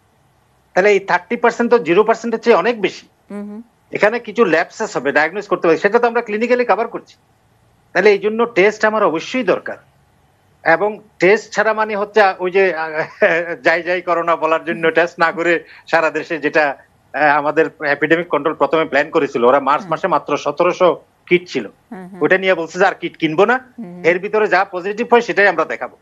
আরে এখনো কিন্তু তাই চলতেছে, এখনো যেটা আনতে দিচ্ছে না টেস্ট কিট গুলা, এগুলা কিন্তু কোনো যুক্তিসঙ্গত কারণ নেই, কোনো মানে সেন্সিবল কোনো রিজন নেই, তারপরেও এটা দেওয়া হচ্ছে না যাতে রোগী বেড়ে না যায়। রোগী বেড়ে গেলে আমরা হেরে গেছি, রোগী কম থাকলে আমরা জিতে গেছি। তাহলে এই পদ্ধতির কারণেই কিন্তু এটা হচ্ছে না। স্যার, আর অ্যান্টিবডি টাইটারের যেটা কথা বলতে, মানে টাইটার দরকার কেন, মানে একদম সেই পরিমাণ অ্যান্টিবডি দরকার, মানে এটার মধ্যে কি কোনো সীমারেখা আছে যে খুব টাইট অ্যান্টিবডি হলে আমরা 1 বছর আর আক্রান্ত হব না? আর এই প্রশ্নটা কি আসলে প্লাজমার জন্য উঠছে? না, ঠিক আছে, এই প্রশ্নটা আমি উত্তর দেই। সেটা হচ্ছে যে এই করোনার যে ইমিউনিটি মানুষকে রক্ষা করবে, একবার হলে আর হবে না আমরা বলছি, এটা কিন্তু অ্যান্টিবডির মাধ্যমে নয়, এটাকে বলে সেল মেডিয়েটেড ইমিউনিটি। বডিতে যে লিম্ফোসাইট আছে, টি লিম্ফোসাইট, বি লিম্ফোসাইট, ওদের মাধ্যমে একটা ইমিউনিটি দেয়, ওই ইমিউনিটিটাই হচ্ছে লাস্টিং ইমিউনিটি দিবে। গতকালকেও একটা পেপার বেরিয়েছে, ওরা বলছে যে এটা কোনোভাবেই অ্যান্টিবডির সাথে কোনো সম্পর্ক নেই, এটা অনির্দিষ্টকাল ধরে, মেবি লাইফ লং এটা ইমিউনিটি দিবে। তাহলে টাইটারটা দরকার হচ্ছে, একটা হচ্ছে ডিটেক্টেবল লেভেল, মানে একটা পরিমাণ না থাকলে আমরা আমাদের বর্তমান যে টেস্ট প্রসিডিওর আছে ওটাতে আমরা ডিটেক্ট করতে পারি না। আরেকটা হচ্ছে যেটা অ্যান্টিবডি হিসাবে কাজ করার জন্য প্লাজমা থেরাপি দেওয়ার জন্য একটা টাইটার দরকার আছে। তাহলে প্লাজমা থেরাপিতে অনেক বেশি টাইটার থাকতে হয়, কিন্তু আমরা ডিটেকশন লেভেলে থাকার জন্য অনেক টাইটার লাগে না, এটা অনেক কম থাকলেও ডিটেক্ট করা যাবে। কিন্তু আমরা জানি যে যাদের হয়ে গেছে ওদের মধ্যেও যদি আমরা 4 থেকে 8 সপ্তাহ পরে করি, অনেক লোকের টাইটার এত কমে যাবে যে আমরা এটা ডিটেক্ট করতে পারবো না। তাহলে ওর ইনফেকশন হয়ে গেছে, কিন্তু আমাকে বলতে হবে যে না ও পজিটিভ নয়, এরকম হওয়ার সম্ভাবনা আছে। সেক্ষেত্রে তো স্যার র্যাপিড টেস্টটা তো মন্দ না, কি বলেন? হ্যাঁ, ভালো তো। আমি তো চাই যে এটা মনে করেন যে এটা আমাদের টেকনিক্যাল কমিটির কারণেও কিন্তু হয়েছে। ওরা WHO কে হাদিস মনে করে বসে আছে, আমেরিকা CDC কি বলতেছে ওইটাকেই ধরে আছে। আমার দেশের জন্য যে একটা লাক্সই বিকল্প দিতে হবে, এই জিনিসটা ওরা কখনো অনেক দেরিতে চিন্তা করছে, যে আমার নন কোভিড রোগীগুলা চিকিৎসা পাচ্ছে না because of the absence of test. এই নন কোভিড সব রোগীকে আমি চিকিৎসা দিতে পারবো না পিসিআর দিয়ে। পিসিআর আমার ম্যাক্সিমাম লিমিট 20,000। ইউকে তে আজকে টেস্ট করতেছে ডেইলি 150,000, ওদের লোক হচ্ছে 6 কোটি। 6 কোটির জন্য 1.5 লাখ টেস্ট করছে, তাহলে আমার 18 কোটির জন্য কত করা দরকার? এটা তো আমি কোনোদিন অ্যাচিভ করতে পারবো না। তাহলে যেটা কোনোদিন অ্যাচিভ করতে পারবো না, এটা শুধু বলতেই থাকবো, কিন্তু আমি আর কোনো বিকল্প খুঁজবো না, এটা তো হওয়া উচিত না। আমার তো কোনোদিনে অ্যাচিভ করতে পারবো না তা নয় স্যার, এটা যদি যেই হারে হচ্ছে এবং তাহলে কিন্তু 7.5 বছর লাগবে প্রতিজনের অ্যান্টিজেন আর এই টেস্টটা শেষ করতে হলে। অবশ্যই থাকবেন আমাদের সঙ্গে, একটা বিরতির পরে ফিরছি।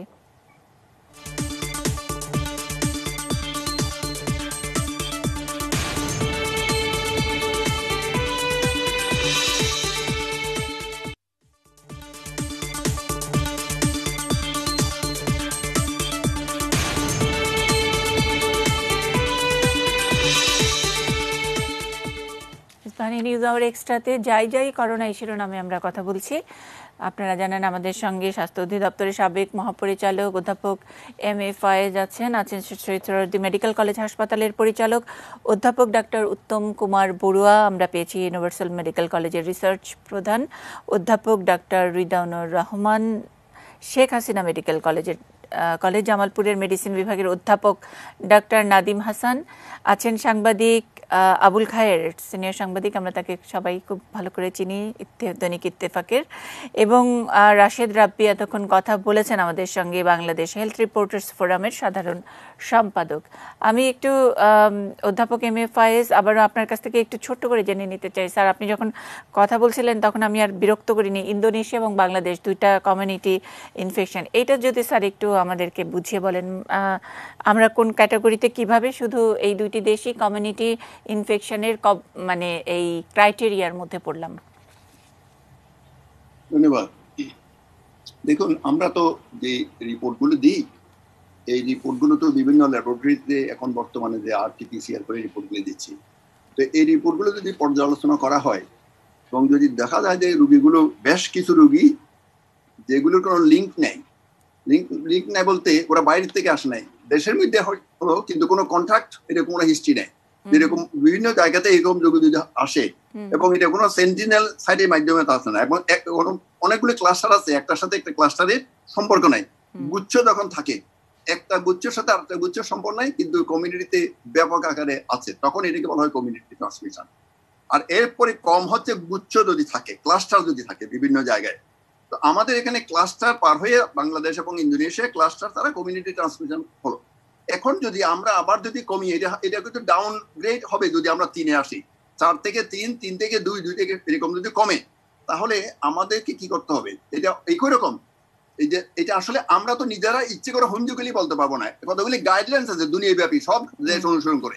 ওই গাইডলাইন্স বলে কি? গাইডলাইন্স বলে 28 দিন আমাদের রিপোর্টগুলি পর্যবেক্ষণ করতে হবে। 28 দিন পর্যবেক্ষণ করার পরে যদি এটা কমের দিকে থাকে, তখন এটাকে আমরা তখন বলতে পারবো। আমরা বলবো না, এটা ইন্ডিপেন্ডেন্টলি বলবে, country office of the World Health Organization বলবে, তখন আমাদেরকে ক্লাস্টারে যদি আসি, ক্লাস্টার কেস, অথবা তারপর যদি কমে স্পোরাডিক, তারপর হচ্ছে 0।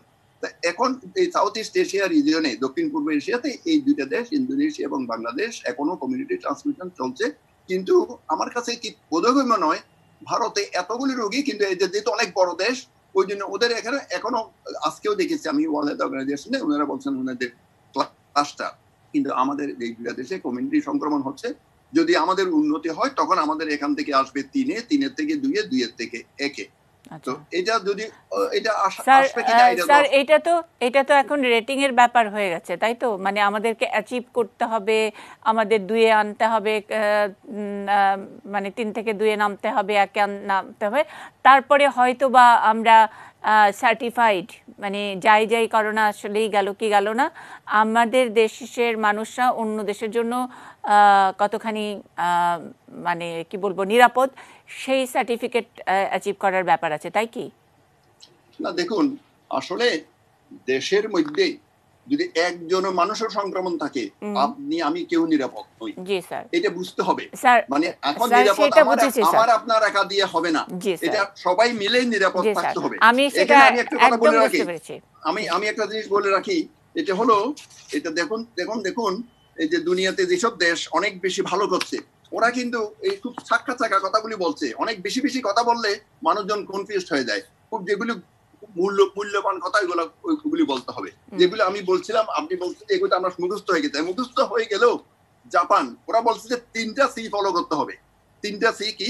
একটা হচ্ছে আপনি আবদ্ধ স্থানে যাবেন না, আপনি গণবসতিপূর্ণ স্থানে থাকবেন না, আপনি কাছাকাছি অবস্থান করবেন না। কিন্তু আমরা কি তাই করতে পারবো না।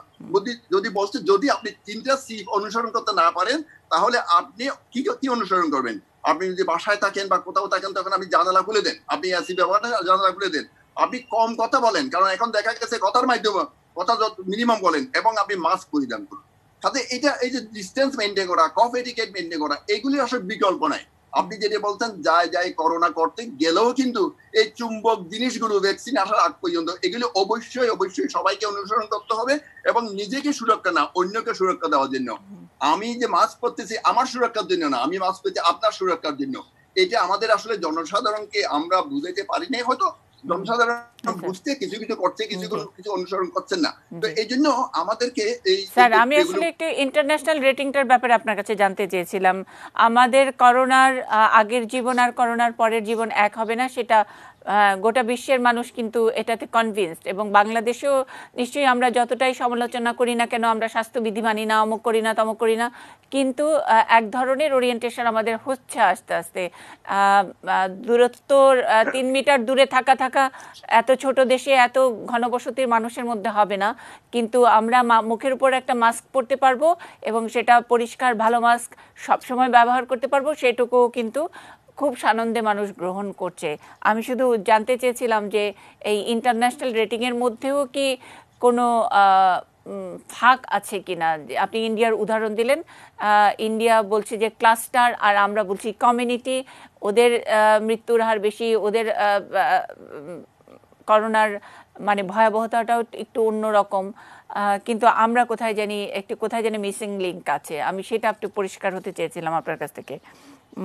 যোগ করবেন কিনা আমি তারপরে আবারও ডক্টর নাদিমের কাছে একটু শুনতে চাই। ডক্টর উত্তম কুমার বড়ুয়া বলবেন, আবুল খায়ের আছে আমাদের সঙ্গে। স্যার আপনি যোগ করবেন কিনা এখানে? দেখুন, আসলে মিসিং লিঙ্ক তো কিছুটা থাকবেই, কারণ আমরা তো বলছি প্রথম থেকে বলছি ব্যাপক টেস্ট করা না সত্ত্বেও বাংলাদেশকে ক্লাসিফাই করা হচ্ছে কমিউনিটি ট্রান্সমিশন।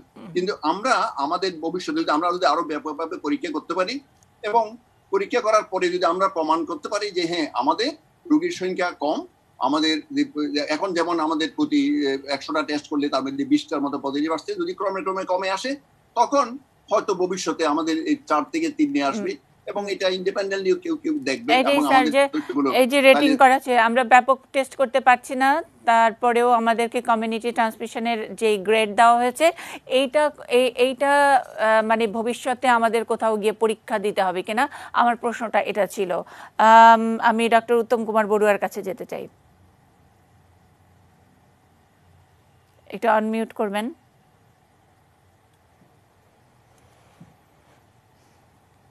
জি, আপনি বলছেন পিক এখন, কিভাবে পিক সেটা আমি আপনার আগের বক্তব্যের শেষ ওই সূত্র ধরে একটু জানতে চাই যে আপনি পিক বলেছেন, এখন এই পিকটা যাচ্ছে চিকিৎসক হিসেবে পিক মানে আমরা কিন্তু রোগীর ঘনত্ব, হাসপাতালের বেড ফাঁকা ইত্যাদি সেগুলোতে পিক মনে হচ্ছে না, কিন্তু চিকিৎসক হিসেবে আপনি বলছেন পিক। আমরা এটার সপক্ষে 2-1টা যুক্তি শুনতে চাই। আমরা সপক্ষে যুক্তি এটাই, আমরা বিশ্বে কোভিড যে আক্রান্ত হওয়ার পরে যেসব দেশগুলোতে আমরা দেখেছি এই ইনফেকশাস ডিজিজ একটা পর্যায়ে গিয়ে পিক হয়ে তারা নিচের দিকে নেমে আসছে। তো আমাদের আজকে বাংলাদেশেও যে আক্রান্তটা প্রায় 5 মাসের অধিক কাল সময় লেগেছে। আমরা ইতালি সহ চীন সহ অন্যান্য দেশের কথা যদি হিসাব করি, অনেকেই কিন্তু 3 মাস 4 মাসের জায়গায় পিক হয়ে তারা আসতে নিচের দিকে নামতে বেজে আসছে, অনেকে আবার সেকেন্ড পিকে গিয়েছে, অনেকে বেজ লাইনে থেকে গিয়েছে। তো সেই দিক থেকে চিন্তা করলে আমাদের সময়টা আমরা জুন মাসে যদি হিসাব করি, জুন মাসের 30 তারিখের ডেটা যদি হিসাব করি, আমরা 4000-এর অধিক আমরা ইনফেকশন হচ্ছিল, এবং মৃতের সংখ্যা যদি হিসাব করি 40 থেকে 50-এর ঘরে ছিল। তা আমরা আবার জুলাই এবং এখন আগস্টে যদি আমরা হিসাব করি, আক্রান্তের সংখ্যা 4000-এর নিচে, মৃতের সংখ্যা আমাদের 40-এর নিচে। সব দিক বিবেচনা করে এবং আপনি পিসিআর টেস্ট এবং আক্রান্ত এবং সবকিছু মিলিয়ে আপনি মানুষের ভিতরে যে জিনিসটি আসছে, আমরা আজকে 90 প্রায় 95 ভাগ লোক ঘরে চিকিৎসা নিচ্ছে এবং হাসপাতালে আসতে মাত্র 4 ভাগ লোক বা 5 ভাগ লোক আমরা চিকিৎসা দিচ্ছি। মানুষের যে মৃত্যুর হার সেটিও কিন্তু অনেক কমেছে। সবকিছু মিলেই আমাদের যেমন মনে হচ্ছে সবকিছু কমা দেখে স্যার আমাদের মনে হচ্ছে আমরা পিকে আছি।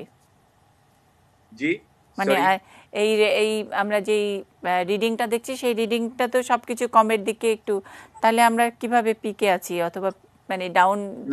আমরা পিক বলতে হলে পিক তো একটা জাস্ট একটা পিক পয়েন্ট না, এটার একটা লেভেল থাকে, যেটা হলো আমরা জুন থেকে এখন জুলাই আগস্ট যেমন জুলাই আগস্ট একটা স্থিতি অবস্থায় আমরা আসছি।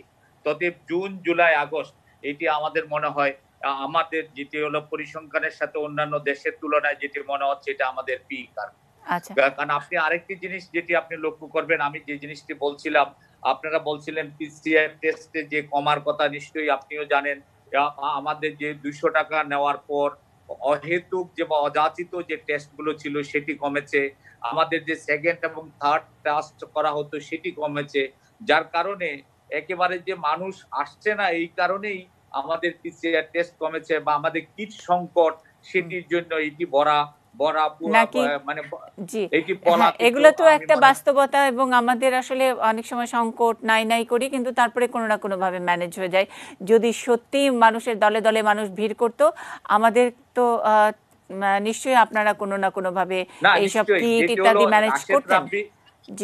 রাশেদ রাব্বি যেটা হলো আইডিসিআর এর কথা বলেছে, যে গবেষণার কথা, নিশ্চয়ই আমাদের যে পরিসংখ্যানটা প্রতিদিন জানানো হচ্ছে এর বাইরে তো অবশ্যই আমাদের কমিউনিটিতে অবশ্যই আমাদের সংখ্যা আছে, এটা এখনো আমরা বলতে পারছি না সেই সংখ্যাটি কত, কারণ আমাদের ট্রেসিং দুর্বলতা আছে, আমাদের আইসোলেশনের দুর্বলতা আছে। তো যার কারণে আমরা সঠিক আমরা যে নিউজটা দিচ্ছি আমাদের পিসিআর টেস্টের যেটার ভিত্তির উপর আমরা টেস্ট করছি। তবে এটিও আপনি স্বীকার করেছেন, আমরা যদি 1 লাখ করেও যদি প্রতিদিন টেস্ট করি, আমাদের এলো 17 কোটি মানুষকে প্রায় 5 বছর আমাদের লাগবে, 7.5 বছর লাগবে, 7.5 বছর লাগবে। একটা অঙ্ক করেছিলাম অনেকদিন আগে। আচ্ছা, আমি দৈনিক ইত্তেফাকের সাংবাদিক আবুল খায়ের, আপনি আবারও বলার সুযোগ পাবেন, কিন্তু আপনার প্রারম্ভিক আপনি যেহেতু দেরিতে জয়েন করেছেন, আমরা বলছি যাই করোনা, এবং বিভিন্ন পত্রপত্রিকায় যে হাসপাতালের রোগীর পরিসংখ্যান ইত্যাদি দিয়ে মনে হচ্ছে যে কিছুটা ভিড়ভাট্টা কমেছে। তার মানে কি করোনা চলে যাচ্ছে কিনা? আমরা মাননীয় স্বাস্থ্যমন্ত্রীর কথাও শুনেছি। আপনি এখানে কোনো দীর্ঘদিন এই বিটে রিপোর্ট করার অভিজ্ঞতা থেকে, আনমিউট করতে হবে আপনার, ওইটা একটু খুলতে হবে। জি, অডিওটা খুলতে হবে, আমরা শুনতে পাচ্ছি না আবুল খায়ের, আনমিউট করতে হবে আপনার মোবাইল বা আপনার কম্পিউটারে আনমিউট বাটনটা। জি,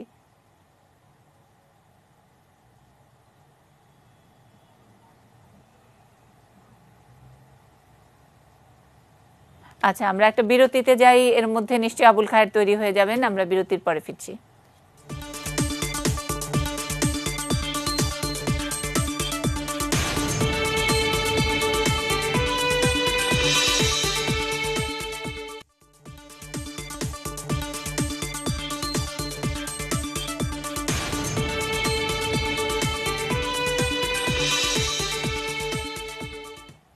যাই করোনা, আমাদের ইসপানি নিউজ আওয়ার এক্সট্রার শিরোনাম একেবারে শেষ ভাগে আছি, সাংবাদিক আবুল খায়েরকে শুনবো।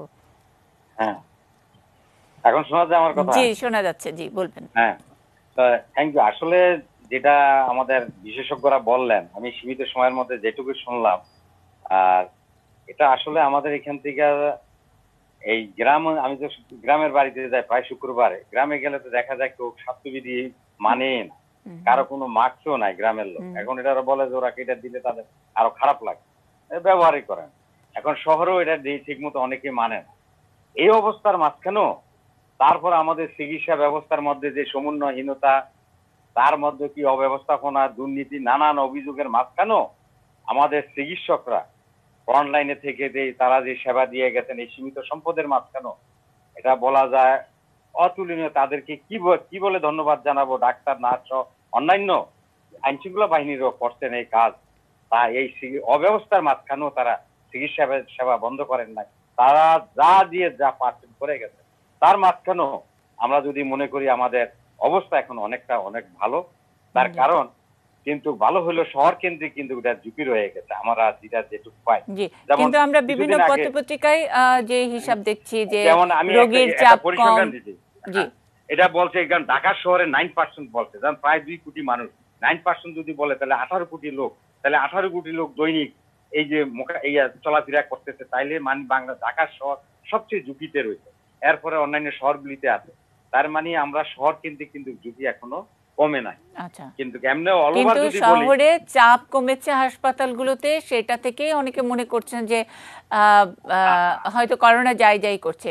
আমরা কি এটা বলতে পারি যে চাপ কমেছে মানে হলো করোনা নিয়ে ভয়টা কমেছে, অহেতুক আতঙ্কটা কমেছে, এবং আমাদের চিকিৎসার যে কথা বললেন, অবশ্যই আমরা প্রত্যেকটি অনুষ্ঠান থেকে যে আমরা চিকিৎসক এবং চিকিৎসা সংক্রান্ত সকলকে আমরা আমাদের ধন্যবাদ জানাই, আমরা কৃতজ্ঞতা জানাই যে তারা এমন ভাবে সামলে নিয়েছেন ব্যাপারটা, তাতে মনে হচ্ছে যে করোনাকে আর অতটা ভয় না পেলেও চলবে। কিন্তু করোনা আছে নাকি এখন চিকিৎসকরা এটা বলেন, এখন সকল ধরনের চিকিৎসকরা চিকিৎসা করতে পারে। এখন এমন একটি পর্যায়ে চলে আসছে, ইভেন কি উপজেলার ডাক্তারও এখন এই গাইডলাইন সম্পর্কে, চিকিৎসা সম্পর্কে তাদের ধারণা আছে। যার কারণে আমাদের এখন এটা পরীক্ষা না হলেও এটা যে উপসর্গ ভিত্তিক চিকিৎসা দিয়ে লোকজনকে সেবা দিয়ে তারা সুস্থ করে তুলছে, কারণ এটা জানে এই সর্দি কাশি বা এটা যে উপসর্গ আছে সেই উপসর্গ ভিত্তিক চিকিৎসা সবাই দিতে পারে, এবং এখন অনেক সাধারণ ডাক্তারও অনেক জানে। যার কারণে আমরা অনেকটা আসলে সেফে চলে আসছি। আমরা মানে সেই রকম একটি জায়গা থেকে আমরা বলছি করোনা বোধহয় একেবারে যাই অবস্থা, খুবই ভালো, মানে এমন করে গেলেও ভালো, মানে থেকেও যদি যাই অবস্থায় থাকে তাহলেও ভালো। আমরা একেবারে রাশেদ রাব্বি এক লাইন যোগ করতে পারবেন, তারপরে আমি আমাদের সকল চিকিৎসকদেরকে কাছ থেকে এক লাইন করে শুনবো। রাশেদ রাব্বি, আপনি যেটা বলেছেন ওই বিষয়ে আমি একমত পোষণ করি যে এই যে পরিস্থিতি, এই পরিস্থিতি আতঙ্ক কেটে গেছে এবং চিকিৎসা হচ্ছে, শুধুমাত্র ক্রিটিক্যাল পেশেন্টরা হসপিটালে যাচ্ছে। এভাবেও যদি যাই করে করোনাটা কেটে যায়, সেটাই আমাদের জন্য আনন্দের, এবং আমরা ওই প্রত্যাশাই করি। আচ্ছা, অনেক ধন্যবাদ। ডাক্তার নাদিম হাসান। আমি যেটা বলতে চাচ্ছি, আসলে করোনা এখন কিন্তু পিক চলছে, আমি উত্তম স্যারের সাথে একমত। যদিও আমাদের পিকটা হচ্ছে ফ্ল্যাট, কারণ আমরা যদি খেয়াল করি গত কিছুদিন যাবত আমাদের কিন্তু শনাক্তের হার অনেকটা একই রকম। হ্যাঁ, এটা একটা। আরেকটা হচ্ছে রোগীরা কিন্তু এখন হাসপাতালে আসছে। আমি যদি ছোট্ট একটা পরিসংখ্যান দেই, ঈদের আগে যদি আমাদের হাসপাতালে ইনডোরে আমাদের 50 বেডের এগেইনস্টে 25 জন রোগী ভর্তি ছিল। আজকে আমি রাউন্ড দিয়েছি, সেখানে 50 বেডের বিপরীতে রোগীর ভর্তির সংখ্যা আজকে কিন্তু 80, যেটা মানে গত বছরের নেই। সুতরাং রোগীরা কিন্তু সাহস পাচ্ছে, যেমন রাশেদ রাব্বি সাহেব বললেন, অবশ্যই রোগীরা সাহস পাচ্ছে, রোগীরা আসছে। আর স্বাস্থ্যবিধি যদিও মানা হচ্ছে না, এটা আমি আরো দেশবাসীর কাছে উদাত্ত আহ্বান করবো যে অবশ্যই আপনারা স্বাস্থ্যবিধি মেনে চলুন। অনেক ধন্যবাদ। ডক্টর উত্তম কুমার বড়ুয়া, এক লাইন যোগ করার সুযোগ পাবেন। শেষ মন্তব্য, পরামর্শ। করোনা যাই করছে, আমরা করোনা চলে যাক সেটি আমরা কামনা করি। তা আমাদের স্বাস্থ্য সুরক্ষার কোনো বিকল্প নেই। আমাদের মাননীয় প্রধানমন্ত্রী অনুরোধ করছেন অন্তত মাস্কটি ব্যবহার করুন, আর পিসিআর টেস্টের আমাদের গুরুত্ব আছে, অবশ্যই করব। পাশাপাশি যাতে আমরা চিকিৎসার জন্য আপনারা এক্সরে বা যদি সম্ভব হয় সিটি স্ক্যান করুন, চিকিৎসকের পরামর্শে যান। কিন্তু যেটা ডাক্তার রিদানুর রহমান বলছিলেন যে অন্তত অ্যান্টিবডি টেস্টটা অন্তত চিকিৎসার জন্য করানো যায় কিনা। অধ্যাপক এম এ ফয়েজ স্যার, আপনি আপনার কোনো পরামর্শ থাকলে বলতে পারবেন। সবশেষে অধ্যাপক রিদানুর রহমান, আপনাকে সুযোগ দিতে পারবো। জি, ধন্যবাদ। আমাদের ভয় কমে গেছে, এটা ভালো, কারণ আমরা চাই যে মানুষ সচেতন হবে, ভয় পাবে না। তাহলে এখানে ভয় না পাওয়া চলে গেছে, মানে সচেতনও থাকবো না, আমি মাস্কও পরবো না, সোশ্যাল ডিস্টেন্সিং এরকম যেন না। আমাদের যে কম আছে ঢাকা সিটি এবং চিটং সিটি রেড এরিয়াতে কম আছে, এখন কিন্তু পেরিফেরিতে আপনারা শুনলেন একটু আগে, যেটা ঈদের পরে বাড়ে নাই মনে করতেছে, এটা কিন্তু সঠিক নয়। ঈদের পরে সারা দেশব্যাপী প্রচন্ড রকমের হচ্ছে, কিন্তু মারাত্মক এবং মৃত্যু এটা কম হচ্ছে। এই জন্য আমরা সবাইকে বলবো যে অবশ্যই মাস্ক পরতে হবে, অবশ্যই সোশ্যাল ডিস্টেন্সিং, হ্যান্ড ওয়াশ এগুলা করলে আমরা যারা 40% মধ্যে যারা আছেন ওরা বেঁচে থাকবে, বাকিরা তো এফেক্টেড হয়ে যাবে। আর গণজমায়েতের মধ্যে একেবারে না, মানে একেবারেই না, একদমই না। অনেক ধন্যবাদ অধ্যাপক এম এ ফয়েজ স্যার, আপনি আমাদেরকে একটা কোনো পরামর্শ দিলে অনুষ্ঠানটা শেষ করব একেবারে এক লাইন। ধন্যবাদ। করোনা নিয়ন্ত্রণের, কোভিড-19 নিয়ন্ত্রণের কোনো ম্যাজিক বুলেট নেই। যা জানা আছে মৌলিক বিষয়সমূহ আমাদেরকে সবাইকে অবশ্যই প্রতিপালন করতে হবে। আমাদেরকে দ্রুত রোগ শনাক্তের চেষ্টা করতে হবে, চিকিৎসা নিতে হবে, এবং ভবিষ্যতে যদি আমাদের ভ্যাকসিন আসে, কার্যকর ভ্যাকসিন আসে, প্রায়োরিটি বেসিসে যাদের পাওয়ার কথা তাদের মাধ্যমে আমরা শুরু করতে চাই। নার্সেও তো অসুবিধা নাই স্যার। না, আমি প্রায়োরিটি বেসিসে বলছি যারা স্বাস্থ্য শিক্ষা কর্মী, আমি স্বাস্থ্য কর্মী বলছি, দেখুন ফ্রন্ট লাইনার্স। তবে আমাদের কি আমাদের নিজেদের রক্ষার জন্য সবার চেষ্টা করা দরকার, সবাইকে যৌথভাবে কাজ করতে হবে, তবে হাফ হার্টেডলি করতে হবে না, যাই করবো সম্পূর্ণই করতে হবে। এটা আপনি যেটা বলছেন সুন্দরভাবে, এটা বলি যে আমাদের শারীরিক দূরত্ব বলি, মাস্ক পরিধান করার কথা বলি, হাত ধোয়ার কথা বলি, এগুলি সবাইকে অনুসরণ করতে হবে, হাফ হার্টেডলি করতে হবে না। এইরকম ভাবে রোগ নির্ণয় করতে হবে, টেস্ট করতে হবে। এখন বলতেছে টেস্ট নয়, শুধু সাপ্রেস। আমাদের সবাইকে মিলেই সাপ্রেস করতে হবে। আমরা ভবিষ্যতে ভালো দিনের জন্য অপেক্ষা করছি, আমাদের নতুন নরমাল জীবনে ফিরে যাওয়ার জন্য আমরা সবাই অনেক ধন্যবাদ। আমরা বলছি যাই করোনা, অর্থাৎ করোনা প্লেনে করে এলো আর লঞ্চে করে চলে যাবে, ব্যাপারটা হয়তো বা ওরকম নয়। করোনার মাথার মধ্যে অনেক মুকুট আছে, চোখ আছে, নাক আছে, হাঁটতে যাবে, হাসতে যাবে, সেরকমও নয়। করোনা আসলে যাই আমাদের মনের ভিতর থেকে করোনার ভয়টা, ট্রমাটা যাই করছে, কারণ আমরা নিজেরা শুদ্ধ হচ্ছে আস্তে আস্তে। এই শুদ্ধাচারের মধ্যেই হয়তো করোনাকে আর ভয় পাবো না এবং করোনাকে ওইভাবে জয় করা হবে। করোনা একটি ভাইরাস, তার হাত পা নেই এবং একেবারে ঘটা করে জানান দিয়ে যেতেও পারবে না, একসঙ্গে হয়তো থাকবো। সেই অ্যাডাপ্টেশন, সেটাকেই আমরা বলছি নিউ নর্মাল, অর্থাৎ আমাদের আগের জীবনটি যেমন ছিল, করোনার পরবর্তী জীবনটা, করোনার সঙ্গে বসবাসের জীবনটা আগের মতো হবে না। করোনা যাবে তখনই যখন নাকি আপনি মাস্ক পরবেন, হাত ধুবেন, দূরত্বটা বজায় রাখবেন, তখনই করোনা দূরে থাকবে। এই দূরে থাকার করোনার জীবনে অন্তত আমরা সবাই অভ্যস্ত হই, ভালো করে অভ্যস্ত হই, সুস্থ থেকে অভ্যস্ত হই। এটুকু প্রত্যাশা থাকলেও ভালো থাকবেন সবাই।